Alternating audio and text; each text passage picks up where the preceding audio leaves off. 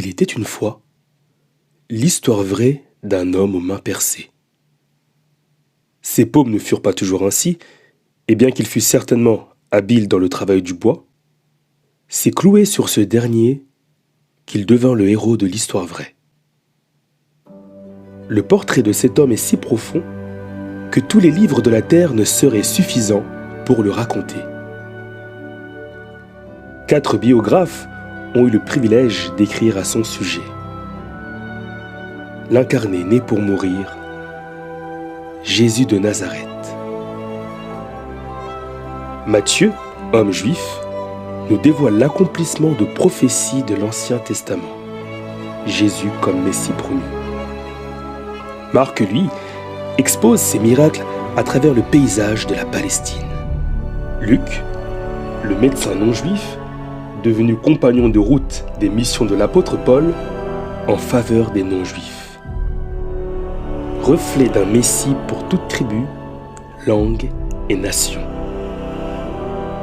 Enfin, le bien-aimé Jean consacre une partie de sa narration à la dernière semaine de vie de Jésus, la passion du Christ.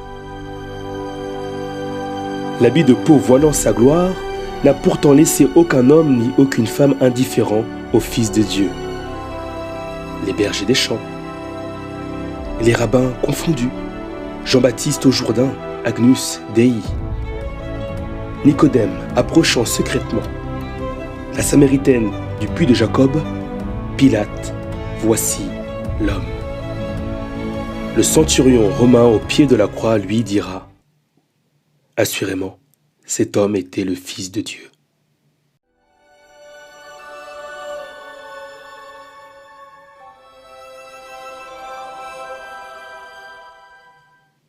L'un des mystères de l'homme de Nazareth est celui d'être une personne possédant 2 natures, chacune conservant ses propres attributs.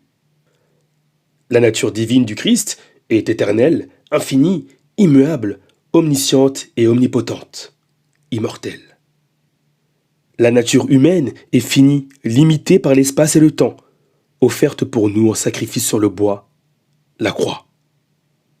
Christ n'est pas un nom à proprement parler.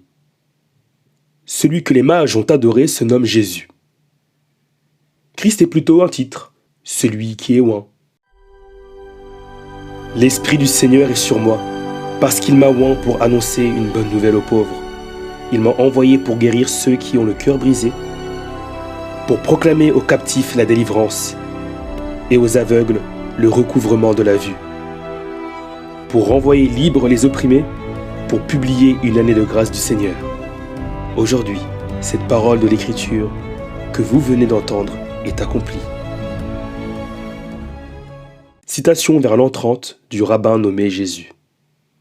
Le Seigneur est le second titre le plus utilisé dans le Nouveau et Dernier Testament. Les premiers chrétiens étaient profondément attachés au mandat d'obéir aux autorités, ceci stipulé par Christ et les apôtres. Mais une chose à laquelle ils ne se soumettraient jamais, accorder à César l'honneur venant au Seigneur. Il faut savoir que les citoyens romains étaient tenus de réciter en public César Kyrios ou César est Seigneur. Kyrios, entre autres, fait mention d'un propriétaire d'esclaves. Lorsque nous confessons que Jésus est Seigneur, nous comprenons que le Christ nous a rachetés et que nous sommes sa possession.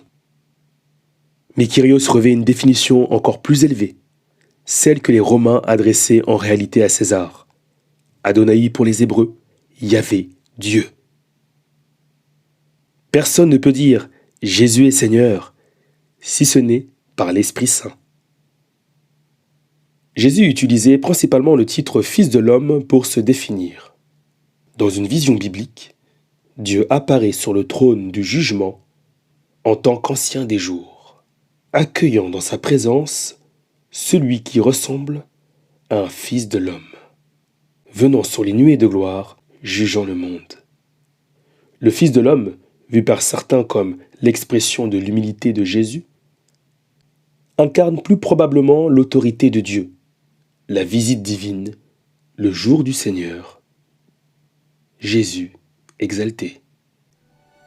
Cet enfant né, ce fils donné, existait en forme de Dieu, coéternel avec le Père et l'Esprit. Né d'une paysanne, sous le manteau d'une humanité dissimulant sa divinité.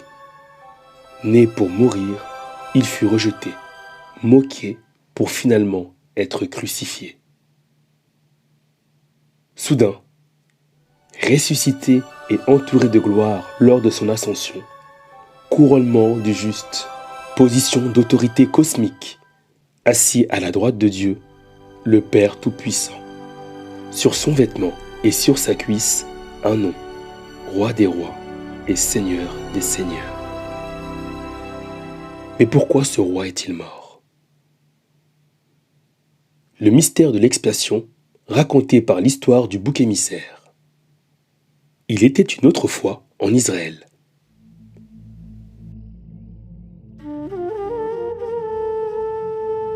Chaque année, le jour des expiations, plusieurs animaux étaient sacrifiés. Le souverain sacrificateur, une sorte de prêtre, sacrifiait un taureau pour expier son propre péché, c'est-à-dire supprimer sa culpabilité pour la transférer à l'animal. Ensuite, 2 boucs étaient apportés.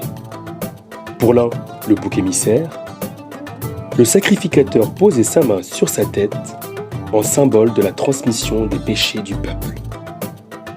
Le bouc était ensuite relâché dans le désert, emportant au loin les péchés de la nation.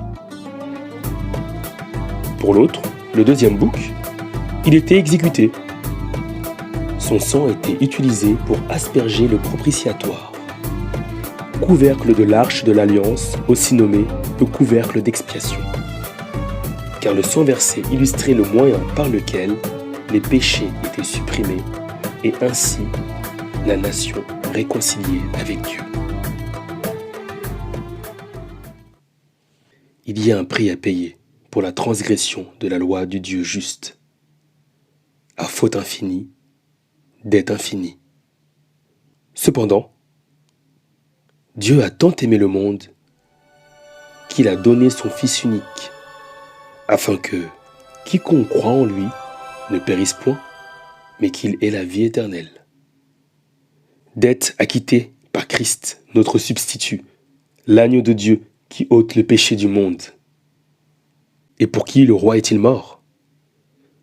L'efficacité de la croix n'est appliquée qu'à certains. Toute personne qui place sa confiance en Jésus-Christ. Quiconque se repent de ses péchés et croit.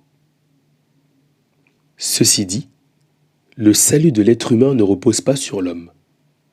Car le Christ pourrait théoriquement mourir pour tous, mais en réalité pour personne, si personne n'accepte l'offre de l'Évangile.